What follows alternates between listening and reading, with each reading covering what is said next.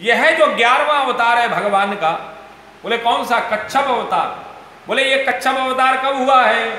बोले सुरासुराणाम मुदधीम मंथनानाम मदराचलम दद्रे कमंडरूपेण पृष्ठम एकादशे विभो।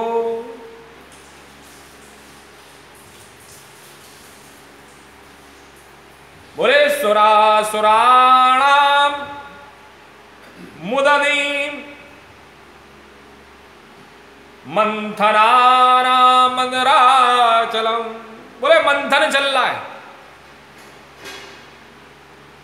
बोले क्या मंथन चल रहा है? बोले मंथन चल रहा है कि समुद्र में से देवता और दैत्य दोनों मिलकर के क्या निकालेंगे? बोले अमृत को निकालेंगे। क्या निकालेंगे? अमृत को निकालेंगे। और जब अमृत को निकाला जाएगा तो अमृत का पान किया जाएगा। देवता और दैत्य दोनों लोग लगे और अब समुद्र मंथन हो रहा है। अब समुद्र मंथन में बोले क्या हुआ? बोले दद्रे कमठरूपेण मंद्र। बोले मंद्राचल पर्वत को लाए। अच्छा इसका देखिए समुद्र मंथन की व्यवस्था क्या है। समुद्र मंथन में एक तरफ देवता खड़े हो गए, एक तरफ दैत्य खड़े हो गए। वासुकी नाग को रस्सी बना लिया, मंद्राचल पर्वत को ला करके समुद्र में डाला तो वह डूबने लगा, स्थिर नहीं रह पाया। और जब स्थिर नहीं रह पाया तो उस समय भगवान नारायण का एक अवतार हुआ, कच्छप भगवान। यह अवतार आज भी हमारे और आपके शरीर में रहता है और नियमित रूप से होता है। यह अवतार जरा विचार करिए, यह अवतार कौन सा अवतार है? ये अवतार में जरा ये लीला देखिए, कितनी सुंदर भाव दिया गया है कि मंथन हुआ है। जब बोले मंथन करने वाले कौन हैं? इसको शारीरिक लक्षण से घटाइए। शारीरिक लक्षण से जब हम घटाते हैं तो मंथन करने वाले कौन हैं? बोले मंथन करने वाले देवता और दैत्य है। कौन है? देवता और दैत्य है। वाह क्या बात है। अच्छा वो देवता और दैत्य शरीर में कैसे निवास करते हैं? महाराज जी आप कैसे कह रहे हो शरीर में? जरा विचार करिए। अच्छा देवताओं का काम क्या होता है? बोले देवता जो है एक प्रकार से हमको आशीर्वाद देते, हमारा बुरा नहीं करते। और दैत्य क्या करते हैं? राक्षस क्या करते हैं? बोले हमें डराते हैं, भयभीत करते हैं, हमें परेशान करते हैं। अच्छा इस दोनों तत्वों को, इन दोनों देवता और दैत्यों को अपने शरीर के अंदर घटाइए, थोड़ा ढूंढिए। आपको अपने आप स्वतः ये दोनों आपको अपने आप ही अपनी नजर से दिख जाएंगे। बोले जो हमको आशीर्वाद देवे। इस शरीर के अंदर दो प्रकार के तत्व होते हैं। बोले पहला तत्व कौन है? बोले पहला तत्व है जो हमको बीमारियों से बचाता है। हाँ जो हमको बीमारियों से बचाता है। और एक दूसरा तत्व है बोले जो हमें बीमारियां हमारे शरीर में बनाता है। एक बीमारियां बनाता है और एक तत्व बीमारियों से बचाता है। जरा विचार करिए। आजकल आप लोग कोरोना के ऊपर बहुत लगे हुए हैं, तो कोरोना में आप लोग ये जो है आप बड़ा सुंदर आप इसको देख सकते हैं। एक है जो है रोग विषाणु और एक है जीवाणु। बोले विषाणु क्या करते? बोले जो है कीटाणु क्या करते? बोले कीटाणु हमारे जीवन में, विषाणु जो है हमारे जीवन में हमको बीमार करने का काम करते हैं। अब दोनों में युद्ध हो रहा है परस्पर, देवता और दैत्य दोनों लोग लड़ रहे हैं। और जब दोनों लोग लड़ रहे हैं तो स्थिति क्या है कि कभी देवता भारी पड़ते हैं तो कभी दैत्य भारी पड़ते हैं। जरा विचार करिए। और इन दोनों के बीच में जब युद्ध हो रहा है तो क्या हो रहा है? बोले समुद्र मंथन हो रहा है। समुद्र मंथन में जरा ढूंढिए, मध्य भाग में मंथन हो रहा है। ये मध्य भाग, ये हमारा नाभि, ये जो नाभि है, इस नाभि के अंदर से मंथन हो रहा है। बोले नाभि के अंदर से बोले यहां पर अमृत तत्व निकलता है। अच्छा देवताओं का स्थान? बोले कमर से ऊपर तक का देवताओं का स्थान है। दैत्यों का स्थान? बोले कमर से नीचे तक का सारा दैत्यों का स्थान है।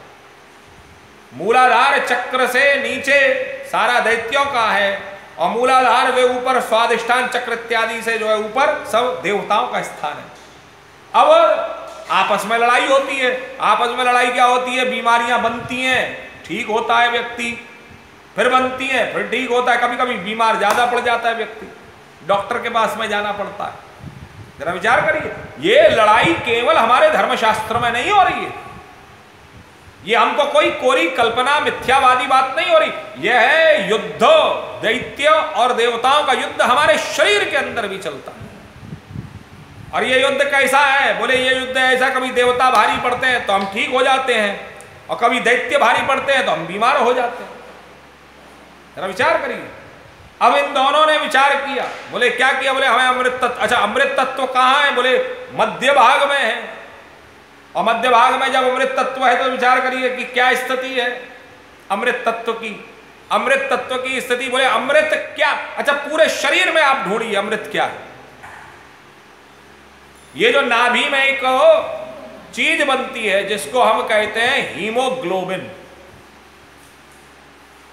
हीमोग्लोबिन जो है वो नाभि में ही बनता है। और ये हीमोग्लोबिन ऐसा होता है जब नाभि में बनता है, ये घर्षण से बनता है। घर्षण मतलब रगड़ से बनता है। बड़ा यहीं पर ये जो मध्य भाग है ना, इसी में ही जो है भगवान का नृत्य भी, ये रास पंचाध्याय कहीं और नहीं हो रहा है। भगवान का रास पंचाध्याय भी इसी शरीर के अंदर हो रहा है कि कृष्ण और कृष्ण के दोनों तरफ, चारों तरफ गोपियां ही गोपियां घूम रही हैं। ऐसे ही ये रास पंचाध्याय भी इसी शरीर के अंदर, इसी बॉडी के अंदर हो रहा है। जरा विचार करिए। तो ये अमृत तत्व, व्यक्ति का अगर खून खराब हो जाए तो खून को निकाल करके दोबारा चढ़ाया जा सकता है, लेकिन हीमोग्लोबिन ऐसा तत्व है जिसको यह शरीर ही उत्पन्न करता है। हीमोग्लोबिन की स्थिति ऐसी। और वह बड़ा सुंदर भाव दिया गया है, वह कब उत्पन्न होता है? बोले जब हमारे शरीर के अंदर पवित्रता हो, जब हमारे शरीर के अंदर शुद्धता हो, जब हमारी वाणी में, विचारों में सौम्यता हो, दृष्टि में जो है सौम्यता हो, दृष्टि का दर्शन अच्छा हो, हम पॉजिटिव रहे, तो वह हीमोग्लोबिन ज्यादा बनता है। जरा विचार करिए। हमारी सोच अगर सकारात्मक रहे, अच्छा हमारी सोच सकारात्मक कब रहेगी? कभी आपने सोचा? ये जो आज भी हम लोग चिंतन कर रहे हैं, हम लोग ज्ञान की चर्चा कर रहे हैं, हम श्रीमद् भागवत का चिंतन कर रहे हैं, इससे लाभ क्या हो रहा है साहब? इससे क्या लाभ है? इससे क्या लाभ हो रहा है? इससे हाँ लाभ ये हो रहा है कि व्यक्ति जो है डिप्रेशन में नहीं जा रहा।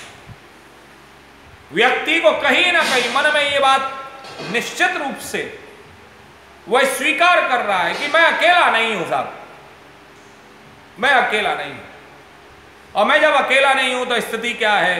जरा विचार करिए कि मेरे साथ में कोई और हो या नहीं हो, मेरे साथ में संसार का कोई व्यक्ति खड़ा हो या ना खड़ा हो, विषय हमारी परिस्थितियां कितनी भी विषम क्यों ना हो जाएं, हमारी परिस्थितियां कितनी भी प्रतिकूल क्यों ना हो जाए, लेकिन फिर भी हर व्यक्ति को, वह जो व्यक्ति सकारात्मक सोच रखता है, जो व्यक्ति धर्म के प्रति सकारात्मक सोच रखता है, जो व्यक्ति धर्म से प्रेरित है, जो व्यक्ति धर्म के प्रति श्रद्धावान है, वो व्यक्ति एक सूत्र अवश्य जानता है कि कोई और साथ में हो या ना हो, लेकिन मेरा ईश्वर मेरे साथ है। तो ये जो समुद्र मंथन और ये देवता और दानवों की जो लड़ाई है, ये लड़ाई कहीं और नहीं है। ये जरा विचार करिए। हमारे शरीर के अंदर ये जो है वो वासुकी नाग की जो है वो जो है उसमें लगा करके उसमें जो है वो मंथन हो रहा है। ये कुंडली की प्रक्रिया, ये कुंडली जागरण जो है, कुंडली जो है सर्प की भांति है। ये जब उठता है ना कुंडली का, जब प्रारंभ होता है, और इस कुंडली प्रारंभ में जरा विचार करें, जब कुंडली, बोले समुद्र मंथन में क्या हुआ? बोले समुद्र मंथन में सबसे पहले ज्वार भाटा है। आप जब पानी को मथोगे तो क्या होगा? जरा विचार करें। है? पानी को मथा गया तो क्या हुआ? बोले पानी को जब मथा गया तो स्थिति क्या हुई कि उसमें ज्वार भाटा आता है। ऐसे ही जब व्यक्ति अपने शरीर की इंद्रियों के माध्यम से, इंद्रियों को रस्सी बना करके कुंडली के माध्यम से उनको मथने का प्रयास करता है तो ज्वार भाटा आता है, बड़ी भयंकर हलचल मचती है शरीर में। और जब शरीर के अंदर बड़ी भयानक और भयंकर हलचल मचती है तो विचार करिए क्या स्थिति होती है। उस समय स्थिति ऐसी हो जाती है कि व्यक्ति कईयों बार, अच्छा सबसे पहले क्या निकला समुद्र में से, जरा विचार करिए, सबसे पहले क्या निकला? सबसे पहले निकला जहर, हलाहल जहर निकला, कालकूट नाम का जहर निकला।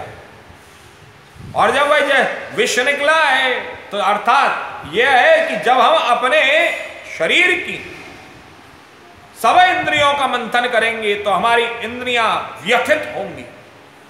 वो चाहेंगी नहीं कि कोई हमारे ऊपर जो है हमको काबू में ले, वह हमको जो है जलाने का प्रयास करेगी।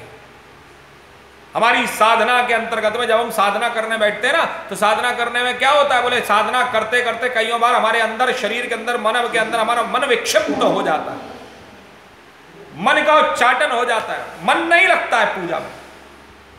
उस क्यों? क्योंकि आपकी इंद्रिय अभी इसके लिए तैयार नहीं है।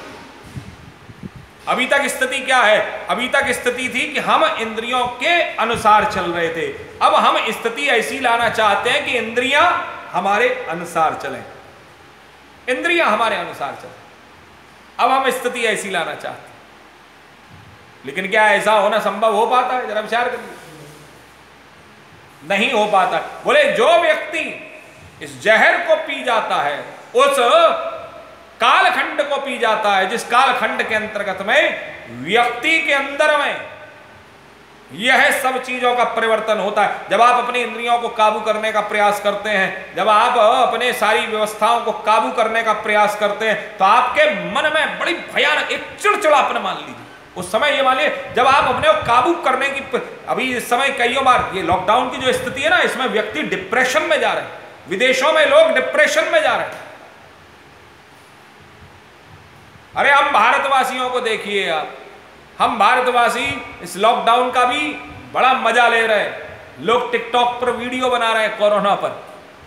हमने एक वैश्विक महामारी, जिस महामारी का कोई टीका नहीं है, जिस महामारी की कोई दवा नहीं है, जिस महामारी का कोई वैक्सीन नहीं है, उस महामारी के भी प्रति हम लोग हंसी हंसी करते हुए हम उसका जो है उस मुसीबत को, इस विषम परिस्थितियों को भी हम सहने का कार्य अगर कर पा रहे हैं तो ये जज्बा, ये जीवटता अगर कहीं कोई है तो वह केवल और केवल भारतवासियों में। और शायद ये इस भारत की भूमि का प्रभाव है और कुछ नहीं, शायद इस भारत की भूमि का प्रभाव है, शायद ये हमारे चिंतन का प्रभाव है, शायद इस भारत की भूमि में वह अदृश्य बहने वाली उस वायु का प्रभाव है, शायद ये हमारी और आपकी आस्थाओं का प्रभाव है, हमारा अपने धर्म के प्रति नतमस्तकता का प्रभाव है, हमारा अपने इष्ट के प्रति समर्पणता का प्रभाव है। और अगर देखा जाए वस्तुतः तो ये जो मंथन जब शरीर में होता है तो व्यक्ति चिड़चिड़ाने लगता है, और जब व्यक्ति चिड़चिड़ाने लगता है तो स्थिति क्या होती है? व्यक्ति को लगता है मैं कहीं अपना गुस्सा निकालूं। जब व्यक्ति अपने ये प्रथम अवस्था है, मैंने बताया ना कल, लघुत्वम आरोग्य मुलोलबत्तम वर्ण प्रसादम सरसोष्ठवंच गंधशुभो मूत्र पुरोषमल्पम योग प्रवृत्तिम प्रथमाम वदंती। हम जब योग मार्ग पर प्रवृत्त होते हैं तो क्या होता है? बोले हमारा शरीर हल्का होने लगता है, हमारा शरीर हल्का होने लगता है, और हल्का होते हुए हमारा शरीर लघुत्वम आरोग्य मुलोलपत्तम के शरीर के अंदर का जितना भी मल है वह शरीर आंतरिक रूप से उसकी जब सफाई होती है तो हम बड़ा हल्का महसूस करते हैं। और हम आरोग्य होने लगते हैं, हम रोगों से मुक्त होने लगते हैं। बोले रोगों से मुक्त कब होंगे हम? बोले रोगों से मुक्त हम तब होते हैं लघुत्वम आरोग्य मूलोलुपत्वम, जब हम विषय इंद्रिय आदि की आसक्ति से परे होने लगते हैं। शरीर हल्का हुआ, आप रोगों से मुक्त हुए। अब आपने ये समझ लिया कि रोगों की जड़ जो है वो विषय इंद्रिय है। जैसे ही किसी व्यक्ति को डायबिटीज हो गई, अब वो मीठा खाएगा, वो मीठा खाने से परहेज करेगा, बचने का प्रयास करेगा। कभी मन चलायमान होगा, एक उठा कर खा लेगा, मन में विचार करेगा यार एक गोली और खा लेंगे, कौन सी बड़ी बात है। बोले लघुत्वम आरोग्य मूलोलुपत्वम,